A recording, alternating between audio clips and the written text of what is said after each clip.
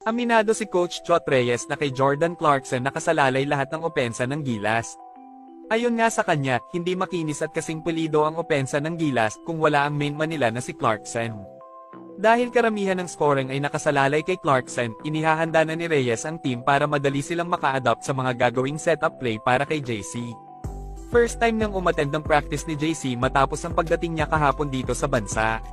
Ayon kay Clarkson, excited na daw siyang maglaro sa Gilas at sa tingin daw niya malaki ang tsansa ng bansa na makalusot sa mga powerhouse team sa FIBA World Cup.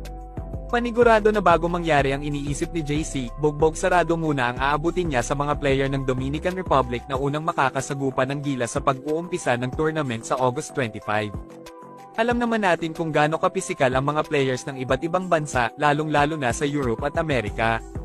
First time din makakaharap ng Gilas ang Dominican Republic sa FIBA World Cup.